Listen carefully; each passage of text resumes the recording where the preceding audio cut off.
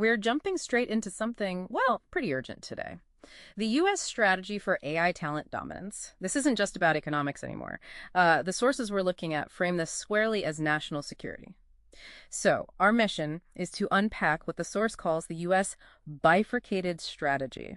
It's this two-track plan, really, aiming to, and I quote, dominate the AI frontier. Yeah, and what's really interesting, I think, is that it's not just about hiring more PhDs in computer science. Yeah. The strategy lays out two very distinct tracks for talent.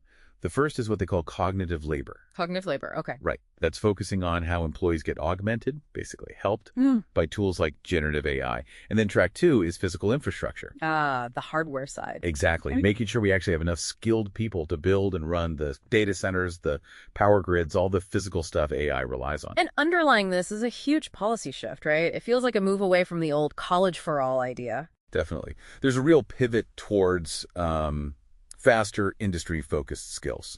Things like registered apprenticeships, WIOA-approved certificates. WIOA being the Workforce Innovation and Opportunity Act. Correct. The goal is speed, getting workers quickly into these really high-demand infrastructure jobs. And this is where you find maybe the biggest surprise, the focus shifting from software to hardware skills.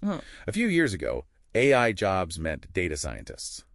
Now, the White House is explicitly listing electricians and HVAC technicians as high priority. Wait, really? Electricians, HVAC? Yes. It's described as a critical human crisis in the physical infrastructure needed for AI. So hold on, you're saying the main bottleneck for U.S. AI isn't finding coders in Silicon Valley, it's finding enough skilled tradespeople. That's a big part of it. Why? Why are these roles suddenly, like, national security assets? Well, think about the hardware. These AI chips, they generate enormous amounts of heat. So you need totally new, complex liquid cooling systems. Yeah.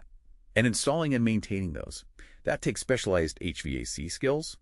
And at the same time, these hyperscale data centers pull massive, fluctuating amounts of power. Stabilizing the grid for that needs really advanced electrical engineering. These aren't your standard jobs. Okay, that makes sense. It's specialized work. And the data backs up the crisis narrative. Data center companies, they're facing serious shortages. Get this. Only about 15%, 1 to 5, of applicants actually meet the minimum job requirements. Wow, only 15%. Yeah, and building the specialized training facilities needed to fix that. It costs $5 to $10 million per site. It's a real constraint on scaling up AI in the U.S. Okay, so the physical side is under pressure, big time. How does that connect back to, the office workers, the ones using generative AI day to day? The source material talks about an uneven impact. It uses these terms. The automation index and the augmentation index. Perfect transition, because the research shows this really sharp split. Occupations that scored high on the automation index, think jobs with lots of repetitive, structured tasks, they saw job postings drop significantly by 17%. 17% down, okay. But then you flip that. Jobs high on the augmentation index, where AI takes over the tedious stuff and frees up humans for judgment, for strategy. What up? Those grew by 22%. A really clear divergence. So that explains what's happening with corporate training then. Exactly.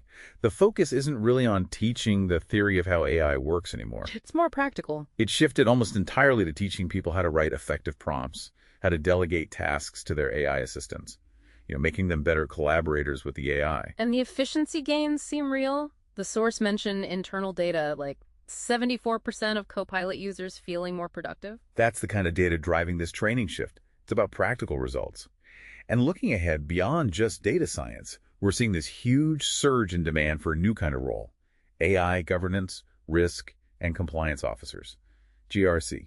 AI GRC, why is that suddenly exploding? Because the rules are changing so fast globally. Think about the EU AI Act. The potential fines are massive, up to 7% of global revenue. Ouch. Okay. So being compliant isn't just dox ticking anymore, it's a core competitive advantage. And these GRC roles, they need this unusual mixed tech knowledge, legal understanding, risk management skills. It's a hybrid profile. Okay, let's try and wrap this up. What does this all mean for you, the listener? It seems the U.S. strategy is, well, complex. It needs both elite governance talent and a huge number of skilled tradespeople. Right. And if you look at the data, that 17% drop in automation-heavy jobs versus the 22% rise in augmentation-focused ones, The strategic takeaway for someone learning or training is pretty stark. Basically, stop investing your time and energy or your company's money in skills that are easily structured and automated away. Focus on the human-AI collaboration instead. Entirely. That's where the growth is. High-value human judgment, augmented by AI. Which leads to a final thought, maybe a provocative one for you to chew on.